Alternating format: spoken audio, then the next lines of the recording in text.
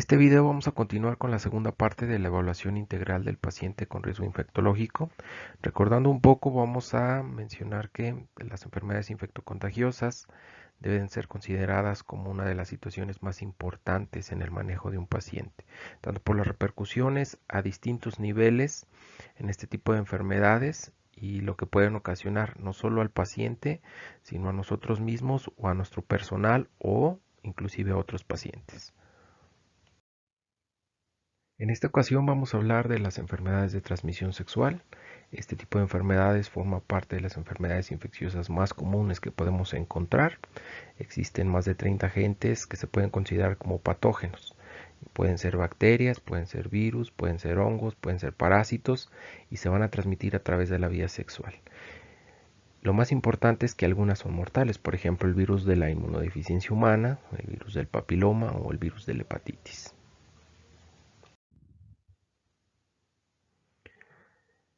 Vamos a iniciar el tema hablando de la enfermedad de gonorrea. Esta es una infección de transmisión sexual, de las más comunes que podemos encontrar. Va a afectar diversos tipos de epitelio. Esto quiere decir que se puede presentar de diversas formas y que no son exclusivas de aparato genital. Se puede manifestar como cervicitis, como uretritis, como proctitis y como conjuntivitis. La gonorrea sigue siendo un problema de salud pública muy importante porque algunas cepas, a pesar de los nuevos antibióticos que han salido al mercado, han generado algún tipo de resistencia. Y la gonorrea también es importante porque puede ser una facilitadora para que una persona pueda adquirir el virus de inmunodeficiencia humana. Además, la gonorrea puede ir acompañada de otras tantas infecciones de transmisión sexual al mismo tiempo. ¿Cuál es la etiología de la gonorrea? Bueno, la gonorrea es provocada por una bacteria que se llama Neisseria gonorrhoeae. Es un microorganismo gram negativo, no móvil, no formador de esporas, que crece aislado o en pares, es decir, como monococo, como diplococo. Y las lesiones tradicionalmente se presentan en genitales, aunque también se pueden encontrar lesiones en canal anal u oral, sobre todo en la faringe o en una combinación de estos sitios. La infección por gonorrea en varones se manifiesta principalmente por la uretritis, después de un periodo de incubación de 2 a 7 días, cuyos síntomas principales va a ser una secreción uretral, que al principio va a ser escasa y mucoide, y más tarde se vuelve profusa y purulenta. También se puede presentar disuria sin urgencia urinaria. La infección en mujeres se caracteriza por cervicitis con una presentación mucopurulenta. En cuanto al diagnóstico de la gonorrea, este se va a establecer de una forma rápida en varones, esto es mediante una tinción de Gram del exudado que se obtiene de la uretra, y esto es para detectar diplococos gram negativos intracelulares. En mujeres el diagnóstico se va a establecer mediante la recolección de la secreción mucopurulenta que está arrojando y mediante un cultivo para identificar el microorganismo responsable de la gonorrea. El tratamiento de la gonorrea se realiza con antibióticos. Para la infección gonocócica no complicada se pueden utilizar antibióticos con una monodosis, como la ceftriaxona, 125 miligramos vía intramuscular, o la cefixima, 400 miligramos vía oral. Habíamos también mencionado que la gonorrea puede presentarse en asociación con otras enfermedades de transmisión sexual, por ejemplo la clamidia, en cuyo caso se va a agregar, independientemente del tratamiento para la gonorrea, acitromicina, 1 gramo vía oral dosis única, o doxiciclina, 100 miligramos vía oral cada 12 horas por 7 días. Cuando la gonorrea se encuentra en cavidad oral, puede tener una gran variedad de manifestaciones, aunque estas van a depender de la gravedad y de la distribución de la infección. Puede ser que un paciente tenga una infección por gonorrea y esté prácticamente asintomático, o puede ser que el paciente muestre todo el cuadro de manifestaciones bucales. Otro punto importante es que la faringe es la zona más afectada por la gonorrea y hay veces en las que es difícil visualizar esas manifestaciones. ¿Cuáles manifestaciones podemos encontrar? Podemos encontrar ulceración aguda, eritema difuso, necrosis de papilas interdentales, edema en lengua, una mucosa edematosa que va a sangrar con facilidad, lesiones vesiculares y lesiones pseudomembranosas amarillentas. Además de las manifestaciones bucales mencionadas anteriormente, el paciente también puede presentar otros síntomas, como la sensación de ardor, la resequedad de mucosas, cialorrea, mal sabor, halitosis, fiebre, linfadenopatía regional, entre otras. Después de la infección por gonorrea se pueden presentar diversas secuelas, por ejemplo la artritis gonocócica, que sería una secuela frecuente de la infección urogenital de gonorrea. Esta artritis gonocócica puede afectar las principales articulaciones del cuerpo y en dado caso que la infección primaria se haya encontrado en la faringe, la articulación temporomandibular también se puede ver involucrada, cuyos síntomas clínicos serían fiebre de inicio rápido, inflamación de la articulación, edema en la articulación y trismo por espasmo de los músculos maceteros. Otro factor patógeno importante es el virus del papiloma humano. Este es un virus DNA pequeño que tiene más de 120 genotipos distintos. Puede causar infecciones que van desde asintomáticas, es decir, subclínicas, hasta tumores benignos y cáncer. Se han encontrado en diferentes órganos, así como también en genitales, ano, uretra, piel, laringe, tubo traqueobraquial, cavidad nasal, senos paranasales y cavidad oral. Se ha identificado que los genotipos 16 y 18 son oncogénicos, es decir, pueden causar diferentes tipos de cáncer como cervicouterino, en pene, en vulva, vagina, ano y orofaringeo. Y los tipos 6 y 11 pueden producir condilomatosis laringeas y genitales. Se ha calculado que al menos el 50% de las personas va a padecer una infección por virus de papiloma humano a lo largo de toda su vida. La cavidad oral puede albergar DNA de VPH hasta en un 43%. Esto quiere decir que puede presentarse una infección en boca por VPH, que por lo general no son graves, a excepción del carcinoma de células escamosas. Existe una serie de enfermedades que pueden ser asociadas al VPH y que se pueden presentar en cavidad oral, como verrugas vulgares, papiloma escamoso, hiperplasia epitelial focal, leucoplasia oral, condiloma lata, papilomatosis laringea, papilomatosis del seno maxilar, carcinoma verrucoso y carcinoma oral de células escamosas. En la diapositiva podemos observar algunos ejemplos de papiloma, que sería la primera fotografía, leucoplasia oral en la segunda fotografía y carcinoma escamoso en la tercera fotografía.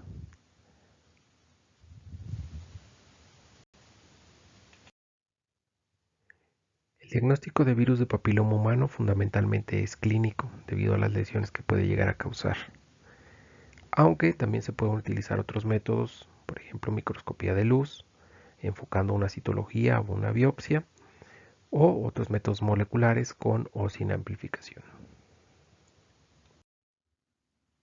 En cuanto al tratamiento del virus de papiloma humano, va a estar dirigido a las lesiones que se puedan llegar a presentar, si son benignas o son malignas, y en dado caso que las lesiones sean subclínicas, no se recomienda ningún tipo de tratamiento, aunque se haya detectado material genético del virus de papiloma humano. Existe una serie de factores que pueden influir en la elección de tratamiento, por ejemplo, el tamaño, el número, el sitio donde se encuentra la lesión, la morfología de las lesiones, la preferencia del paciente, el costo, la conveniencia, si existe algún efecto adverso y sobre todo la experiencia de quién va a aplicar el tratamiento, porque hay tratamientos que son autoaplicados, es decir, que el propio paciente puede llevarlos a cabo, o deberán de ser aplicados por el personal de salud. Estas son algunas de las opciones de tratamiento, por ejemplo la crioterapia, la cual va a producir citólisis por congelamiento de las células de las lesiones, cremas como el Imiquimod al 5%, que este es un inmunoestimulante tópico que va a activar la producción de interferón y otras citocinas, o Otras modalidades de tratamiento, por ejemplo, las cinecatequinas o la podofilina o el ácido tricloroacético.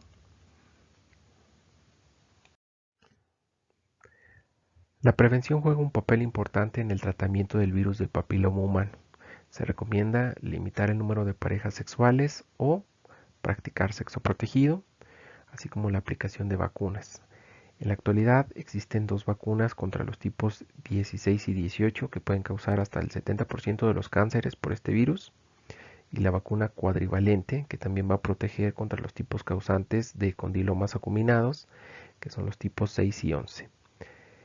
Estas vacunas van a estar indicadas en niñas a partir de los 11 años de edad o en mujeres de los 13 a los 26 años que no hayan recibido o no hayan completado el esquema. En varones también se puede recomendar esta vacuna en niños a partir de los 9 hasta los 26 años de edad con la vacuna cuadrivalente, y esto es para evitar la presencia de condiloma acuminado.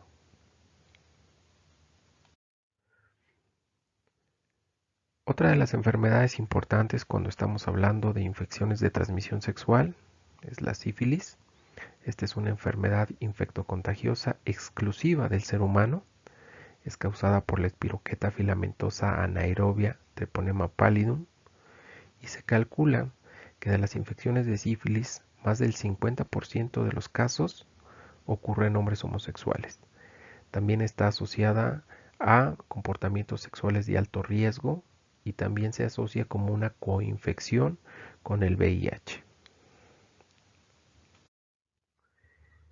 El principal modo de transmisión de la infección por sífilis es el contacto sexual, después de un periodo de incubación que va a ser directamente proporcional al tamaño del inóculo recibido por parte del paciente.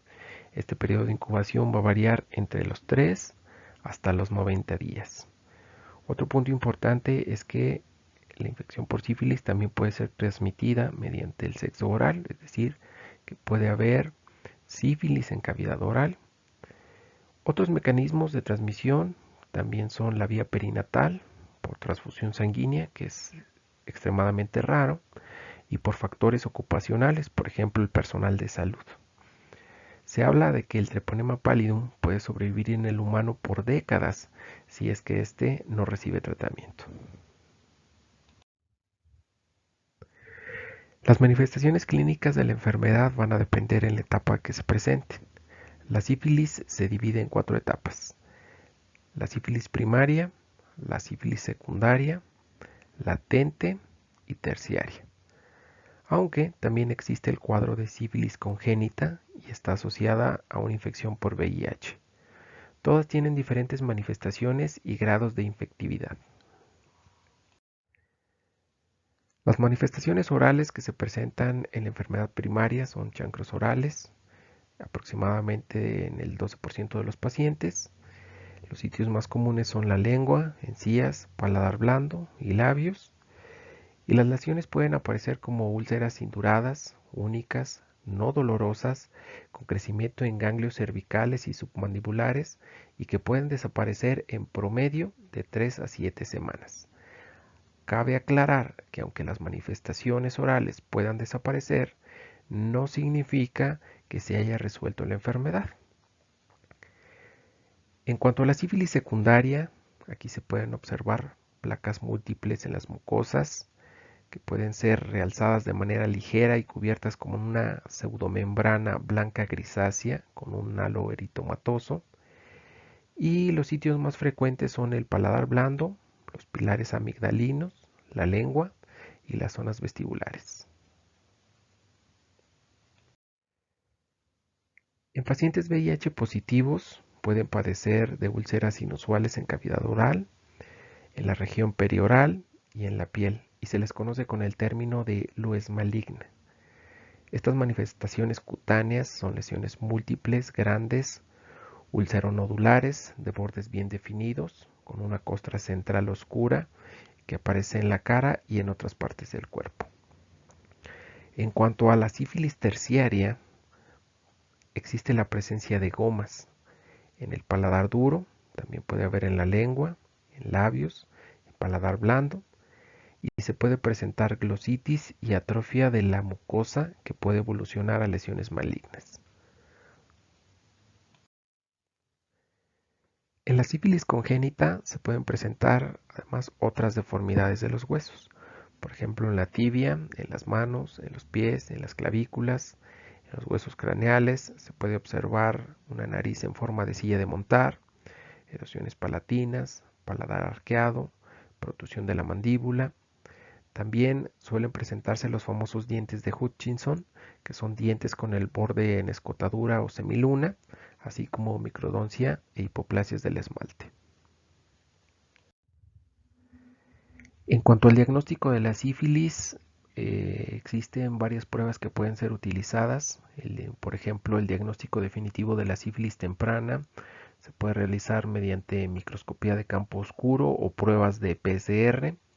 También pueden usarse pruebas serológicas, que de manera inicial se utilizan pruebas no treponémicas, que son todas aquellas que no determinan anticuerpos específicos contra el treponema pallidum. En su lugar pueden detectar anticuerpos contra antígenos generados por los tejidos que han sido dañados por este microorganismo. Posteriormente se utilizan las pruebas treponémicas, que son todas aquellas que son específicas para anticuerpos IgG e IgM contra el treponema pallidum y que son o presentan una alta especificidad y sensibilidad, lo cual este tipo de pruebas son utilizadas para confirmar los resultados obtenidos de las pruebas no treponémicas. En cuanto al diagnóstico de neurosífilis, es fundamental el estudio del líquido cefalorraquídeo, en donde si existe una elevación de proteínas y leucocitos, por lo general arriba de 20 por mililitro, es considerado como un diagnóstico de neurosífilis. También se puede considerar neurosífilis cuando una prueba no treponémica en líquido cefalorraquídeo resulta reactivo. Y además, en pacientes con VIH e infección temprana, se requiere utilizar una prueba treponémica para reafirmar el diagnóstico. Y en dado caso que resultara negativa esta prueba, es poco probable que se trate de una neurosífilis. El tratamiento de la sífilis se basa en la aplicación de penicilina G, ya sea benzatínica o procaínica. En casos para sífilis primaria y secundaria se utiliza penicilina G benzatínica, 2.4 millones de unidades vía intramuscular en una sola dosis. Para sífilis latente o terciaria se utiliza penicilina G benzatínica, 2.4 millones de unidades cada semana por 3 semanas consecutivas. Para la neurosífilis se utiliza penicilina G sódica cristalina, de 3 a 4 millones de unidades vía intravenosa cada 4 horas o en infusión continua por 10 a 14 días. O penicilina procaínica, de 2 a 4 millones de unidades vía intramuscular diario con 500 miligramos de probenicid vía oral cada 6 horas por 10 a 14 días. En cuanto al tratamiento de la sífilis en pacientes con VIH, el tratamiento puede ser igual que en pacientes sanos, salvo que algunos autores recomiendan 3 dosis de penicilina benzatínica, 2.4 millones de unidades vía intramuscular, cada semana durante 3 semanas en lugar de la dosis única. Aparte de esto, se sugiere un seguimiento clínico y serológico a los 3, a los 6, a los 9, a los 12 y a los 24 meses posteriores al tratamiento. En pacientes que son alérgicos a la penicilina, se pueden utilizar tetraciclinas, por ejemplo, tetraciclina 500 miligramos cada 6 horas vía oral por 14 días, o doxiciclina 100 miligramos vía oral cada 12 horas por 14 días. Y estos esquemas son útiles para sífilis primaria, secundaria y latente temprana. Cuando la infección ya tiene más de un año de duración o es desconocida el régimen que se ha administrado, se debe de administrar este régimen por 28 días.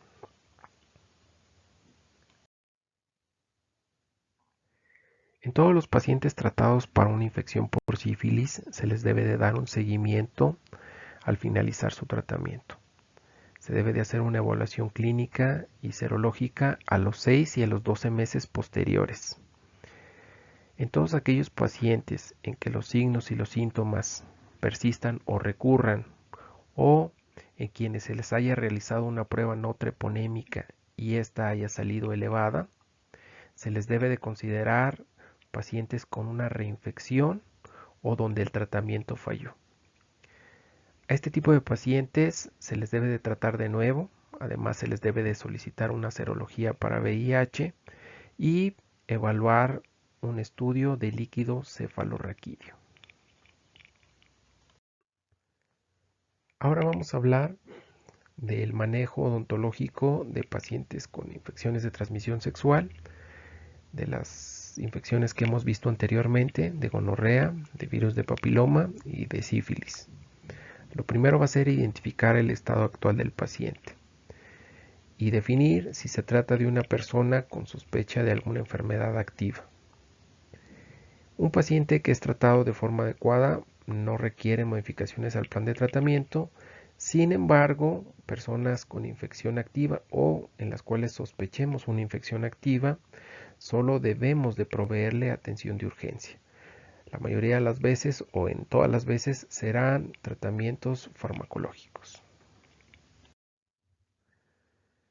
En pacientes con un historial positivo de sífilis o con lesiones bucales sospechosas, es necesario solicitar una prueba no treponémica, en este caso de BDRL, y seguir los protocolos adecuados de protección de infecciones. En la presentación anterior o en la parte 1 del manejo de pacientes con riesgo infeccioso, ya vimos ese protocolo. Cuando se presentan cambios neuromusculares, el plan de tratamiento puede sufrir modificaciones debido al grado de habilidad del paciente para recibir un procedimiento extenso o aditamentos protésicos. Otra de las enfermedades más importantes con riesgo infeccioso en general, y sobre todo para nosotros, es la infección por virus de inmunodeficiencia humana, el VIH. Esta es una enfermedad crónica de curso progresivo e irreversible y la cual va a producir una disminución de la resistencia inmunológica celular. Esto va a permitir que se desarrollen infecciones oportunistas o neoplasias malignas que eventualmente pudieran llegar a conducir a la muerte del individuo. De acuerdo al Centro de Prevención y Control de Enfermedades de los Estados Unidos, el CDC, va a clasificar a los pacientes infectados con VIH en base a las enfermedades asociadas a esta infección y de acuerdo al recuento de linfocitos TCD4. Por ejemplo, los pacientes con SIDA, es decir, con síndrome de inmunodeficiencia adquirida, son todos aquellos pacientes infectados por VIH que presentan una cuenta de linfocitos TCD4 menor a 200 linfocitos por milímetro cúbico, sin importar si presentan síntomas de una o varias enfermedades oportunistas. Esta clasificación también considera los casos de SIDA a todos aquellos individuos VIH positivos con tuberculosis, con episodios recurrentes de neumonía o con carcinoma cervical invasivo. En cuanto a la etiología, se ha identificado al virus de inmunodeficiencia humana, que pertenece a la familia de los retrovirus o Retroviridae, una subfamilia lentivirus, y se reconocen dos serotipos de este virus, el VIH1 y el VIH2. La mayoría de los casos registrados a nivel mundial son producidos por el primer tipo, VIH1. En cuanto a la transmisión de VIH, este se puede transmitir a través del contacto sexual en cualquiera de sus modalidades, vaginal, anal u oral, de una persona infectada a otra. También se puede transmitir por exposición parenteral, por exposición a sangre u otros fluidos orgánicos contaminados, también por el uso compartido de agujas, de jeringas u otros instrumentos punzocortantes, y también puede ser transmitido de forma vertical, de madre a hijo, durante el embarazo, el parto o la lactancia.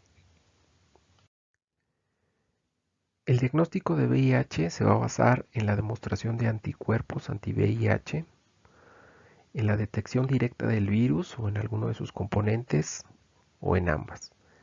Es importante recalcar que los anticuerpos anti-VIH van a aparecer en circulación de 2 a 12 semanas después de la infección.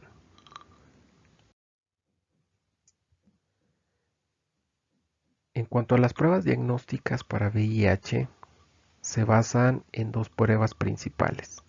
Una prueba de inmunoabsorción ligada a enzimas, también llamada ELISA, que sería la primera prueba a realizar a un individuo con sospecha de VIH, y una prueba confirmatoria, que sería una prueba de análisis de inmunotransferencia, también llamada Western blot.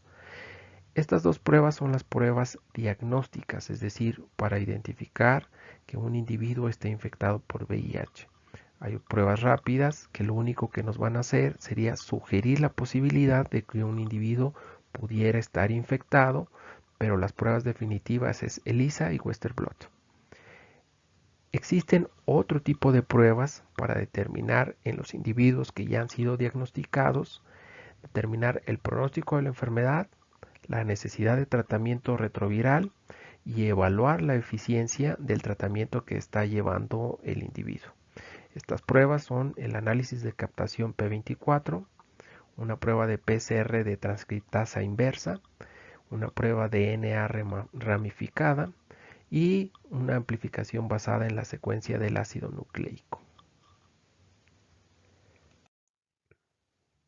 En cuanto a las manifestaciones clínicas por la infección de VIH, de 50 a 70% de los individuos van a desarrollar un síndrome clínico agudo que es similar a la mononucleosis infecciosa, y esto va a ser de 3 a 6 semanas después de la infección. Después de la infección primaria se continúa con un periodo prolongado de latencia clínica, es decir, de baja intensidad, donde los pacientes pueden estar subclínicos, es decir, sin síntomas, y solo el 10% de los pacientes van a presentar un cuadro de deterioro clínico e inmunitario de manera fulminante. El estadio sintomático de los pacientes con un periodo prolongado de latencia clínica varía, pero en promedio es de 10 años.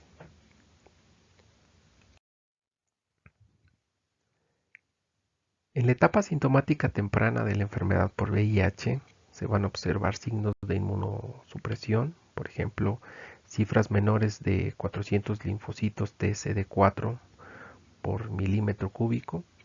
Otros signos clínicos, por ejemplo, el agrandamiento de ganglios linfáticos, sudoración nocturna, pérdida de peso, candidiasis, fiebre, malestar general y diarrea. En una etapa avanzada también se pueden observar linfadenopatías persistentes, fiebre, pérdida de peso, diarrea, sudoración nocturna, erupciones cutáneas, mialgia, artralgia, cefalea y neuropatías. En una etapa de SIDA, es decir, cuando existen menos de 200 linfocitos TCD4 por milímetro cúbico, el sujeto se va a volver en particular susceptible al desarrollo de infecciones oportunistas.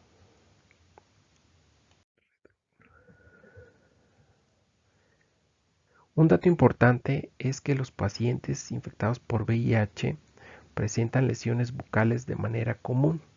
Hasta un 80% de los pacientes llegan a presentar este tipo de lesiones. Estas van a ocurrir cuando el paciente tiene menos de 200 células CD4 por mililitro o más de 3000 copias por mililitro de RNA viral. En sí no existe una patología bucal exclusiva del VIH, pero algunas lesiones tienen una muy estrecha relación con esta enfermedad e inclusive son sugerentes del diagnóstico. Algunas infecciones, por ejemplo, por hongos, virus, bacterias o parásitos, algunas neoplasias, por ejemplo, el sarcoma de Kaposi es característico, el linfoma no Hodgkin, algunas lesiones inmunológicas por estomatitis necrotizante, por estomatitis aftosa recurrente o otras enfermedades, por ejemplo, la enfermedad de la parótida, nutricionales o la serostomía. Además, pueden llegar a presentar lesiones en boca debido a efectos por el medicamento antirretroviral que están tomando estos pacientes. De las enfermedades más recurrentes asociadas a VIH se puede encontrar la candidiasis, que quizás es la enfermedad micótica más frecuente. También se considera un marcador de progresión de la enfermedad y del grado de inmunosupresión del paciente. Esta enfermedad se va a presentar cuando el paciente presenta cifras CD4 por debajo de 300 células por mililitro. La especie más frecuente es la Candida albicans, aunque también se han reportado otros tipos de Cándida, y puede extenderse e involucrar la laringe, la faringe y el esófago. Existen 4 variedades de esta enfermedad: la pseudomembranosa, atrófica, la quelitis angular y la hiperplásica. El diagnóstico de la candidiasis básicamente es clínico y se apoya en estudios de microbiología. Se pueden solicitar algunos cultivos que van a permitir saber la especie de cándida que está afectando o está produciendo esta infección. En cuanto al tratamiento de la candidiasis oral, va a depender del tipo clínico, la distribución y la gravedad de la infección. Existen medicamentos tópicos que son efectivos para las lesiones que son limitadas y accesibles. Este tratamiento debe de ser mantenido por 7 días. Tiene una buena respuesta en un promedio de 2 a 5 días, solo que requiere que el tratamiento o el medicamento se mantenga en la boca de 20 a 30 minutos. Existen tratamientos sistémicos en base a pastillas orales, tabletas vaginales y una suspensión oral de enistatina, que son efectivas para tratar candidiasis leves a moderadas, pseudomembranosas y atróficas. Otra de las enfermedades que se pueden asociar a la infección por virus de VIH es la leucoplasia vellosa. Esta es una enfermedad o una infección oportunista que va a ser producida por el virus de Epstein-Barr. Se presenta como una hiperplasia epitelial, como una placa blanca corrugada, que por lo general es bilateral y no va a desprender al raspado. Su condición es asintomática y en muchas ocasiones se encuentra en asociación con otra infección por Candida albicans, y para poder diagnosticar la leucoplasia vellosa se requiere que se demuestre la presencia del virus de Epstein-Barr. El tratamiento de esta lesión, sobre todo en ausencia de síntomas, no está justificado porque tiene un curso que puede remitir por sí solo y desaparecer en forma espontánea. Otra de las infecciones asociadas al VIH es la infección por el virus de la varicela zóster. Este virus va a ser un marcador de la progresión de la enfermedad por VIH. Normalmente se presentan lesiones de manera unilateral y en dado caso de que se afecte alguna rama del nervio trigémino, se pueden presentar alteraciones bucales que pueden ir desde el dolor dental hasta lesiones unilaterales, es decir, de un solo lado de la boca que se detienen en la línea media. El sarcoma de Kaposi es la neoplasia maligna más frecuente en los pacientes VIH positivos en etapa de SIDA, es decir, en una etapa ya avanzada. Y esto es porque se presenta cuando la cuenta de linfocitos TCD4 es menor a 100 linfocitos por milímetro cúbico. La etiología del sarcoma de Kaposi se asocia al virus herpes tipo 8. Como factores de riesgo tenemos una cuenta de linfocitos TCD4 disminuida y la infección por VIH. La boca es normalmente el sitio inicial de aparición de esta neoplasia, que se presenta como heridas que aparentan manchas de color café, rojo o púrpura. Estas pueden desarrollarse en cualquier parte de la mucosa bucal, pero afectan sobre todo el paladar duro, la encía y el dorso de la lengua. En una etapa inicial estas lesiones son asintomáticas, pero conforme va transcurriendo el tiempo, el paciente puede presentar un dolor intenso. Aunque estas lesiones son características del sarcoma de Kaposi y clínicamente pueden ser reconocidas, el diagnóstico definitivo se debe establecer por medio de biopsia. La estomatitis necrotizante es una infección frecuente entre los pacientes con VIH. Su aparición va a depender del nivel de linfocitos TCD4 y de las afecciones periodontales que presente el paciente. Se va a caracterizar por la destrucción de una o más papilas interdentales con ulceración, halitosis y sangrado espontáneo. En ocasiones puede haber exposición de hueso, ya sea en zonas localizadas o de manera generalizada. Otra de las enfermedades asociadas a VIH es la estomatitis aftosa recurrente. En esta enfermedad se van a presentar úlceras recurrentes y esta va a ser la forma más frecuente de ulceración en pacientes VIH positivos. Se sabe que se presentan en pacientes que ya tienen una historia previa de esta condición, solo que en los pacientes VIH positivos se van a presentar de una manera más frecuente y con mayor gravedad. Tienen predilección por la mucosa móvil y suelen aparecer como úlceras menores, es decir, menos de 5 milímetros de diámetro, y estas úlceras se pueden ir juntando y creciendo hasta formar úlceras mayores, es decir, de más de 5 milímetros de diámetro. Son circulares u ovales, tienen fondo limpio, un borde eritematoso y de acuerdo al tamaño de la localización pueden producir dolor y malestar local de intensidad variable.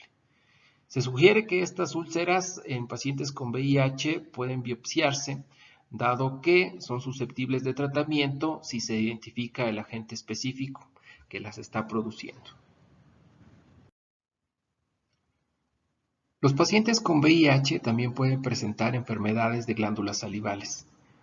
La parotiditis crónica durante la infancia se considera como un factor que predispone a una enfermedad de glándulas salivales en pacientes con VIH. Es probable que la etiología de estas enfermedades sea el citomegalovirus o el virus de Epstein-Barr. En los adultos se va a caracterizar por un síndrome tipo Sjögren con agrandamiento bilateral de las glándulas parótidas. Cuando se llegan a presentar quistes en las glándulas salivales en pacientes con VIH, normalmente responden al tratamiento antirretroviral. Hoy en día se sabe que la presencia de algunas enfermedades orales en pacientes con VIH se asocian a la inmunosupresión y esto es debido a la disminución de la cuenta de linfocitos TCD4. Es por eso que algunas de ellas se consideran como marcadores del avance de la enfermedad. En la era post-tratamientos antirretrovirales, diversas patologías como la candidiasis oral, la leucoplasia pilosa, el sarcoma de Kaposi y algunas enfermedades periodontales han ido disminuyendo. Sin embargo, otras enfermedades como las de glándulas salivales, serostomía, lesiones orales que están relacionadas con la infección por el virus del papiloma humano y úlceras aftosas crónicas han ido aumentando. En la pantalla estamos observando un cuadro que nos indica algunos efectos o algunas alteraciones que se pueden presentar debido al consumo de fármacos antirretrovirales. Estos fármacos que son utilizados para tratar la infección por VIH.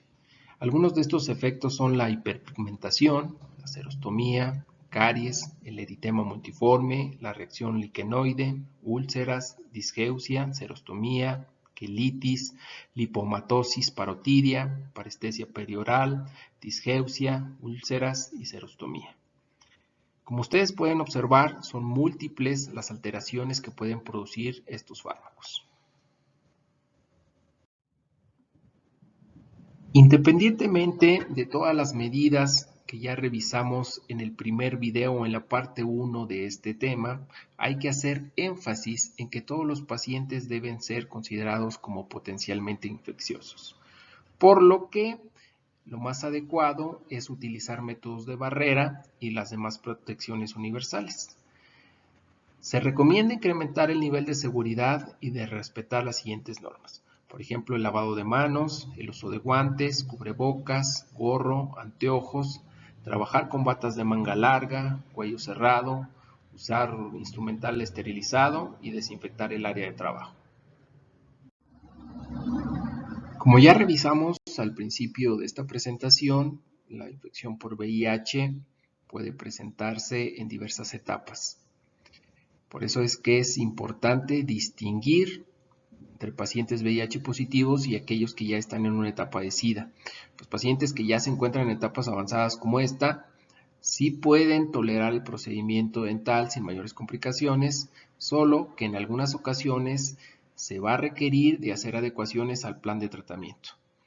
Los pacientes con SIDA Hay que recordar que son susceptibles al desarrollo de infecciones oportunistas. Así es que, independientemente de la etapa de la enfermedad en que se encuentren estos pacientes, debemos establecer procedimientos preventivos para eliminar o reducir la incidencia y la gravedad de estas complicaciones. En todos los pacientes que acudan a consulta y que presenten signos clínicos que puedan sugerir la presencia de una enfermedad por VIH, deberán ser remitidos al médico para que se les realicen pruebas diagnósticas, una evaluación médica completa y los estudios de laboratorio necesarios.